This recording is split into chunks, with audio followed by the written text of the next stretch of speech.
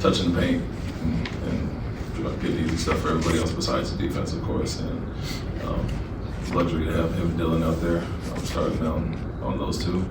And yeah, it was obviously pretty apparent and evident right from the start. We scored our first 6 or 8 points and get downhill, get to the basket. When they're trying to sag back off him, it's tough when guys attacking you and kind of eating up that space. When you first made the trade for Steven Adams, was this type of performance you were thinking about when you made that trade?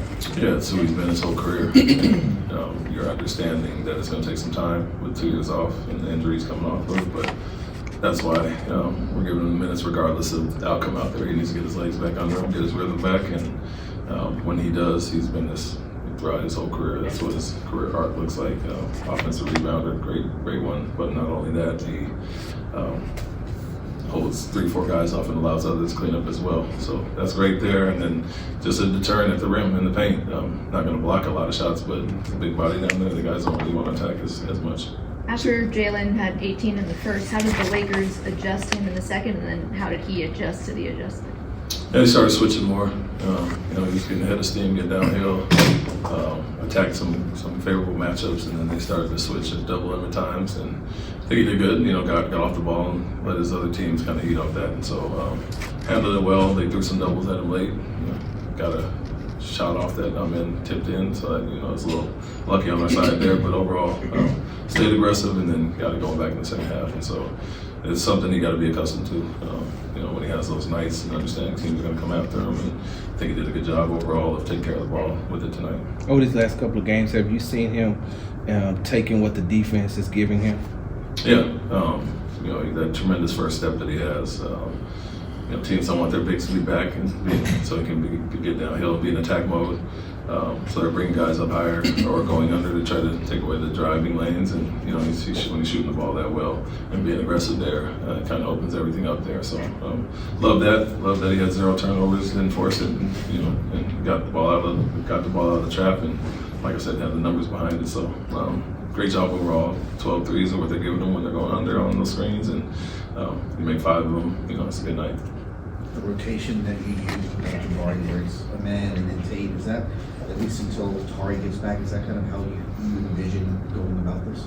No, I wouldn't say necessarily overall. I think for tonight we wanted defensive guys out there with Davis and James, and so started Ime and Dylan on those two, and then you obviously wanted a bigger body that could be physical and switch some of those actions as well. And so that's what was needed tonight, but maybe obviously be different other games going forward. What are kind of the other options that you're toying with? Well, you got Aaron there, you got Cam, obviously, Jeff, or play more big, and so we looked at those 3 guys to come, and I think having 2 of those tough, versatile defenders on the court at the same time was good for us tonight with our 2 main guys. And so, Aaron's playing as well, but you don't have to get him in as early with the size they have with their wings. And so, but could be Cam one night if we want an offensive scoring punch, and we like the matchup as well.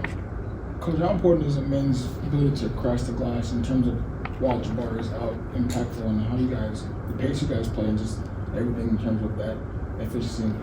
Yeah, I think he does that as well, and I didn't mention that, but been one of the elite wing offensive rebounders in the league and defensive rebounders since he pretty much got in the NBA. And so a different aspect that he brings, not only attacking with pace, and if he misses, other guys are cleaning up because he's attracting so much attention, but obviously been a really good offensive rebounder as well. And so we had 6 tonight, and Steven had 7, so I think 13 of our 18. And like I said, Tari, when he comes back, adds to that. He was one of the best non-center offensive rebounders this rookie year, and Ime was that last year. So a formidable duo there with Steven.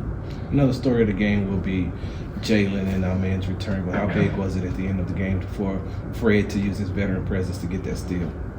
Yeah, I think it was big. We know obviously we want to take away the 3 or potentially foul there in that situation. So we're really in denial to push all the catches out, try to make him catch it going away from the basket. And if he's going to get out there and deny it that well, and everybody else denied, took it away, it opens up the lane for the steal. And so he was in the perfect position regardless.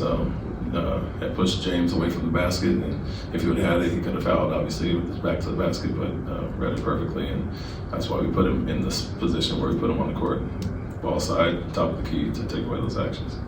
Thanks, Coach. Thanks, Thank Coach. you.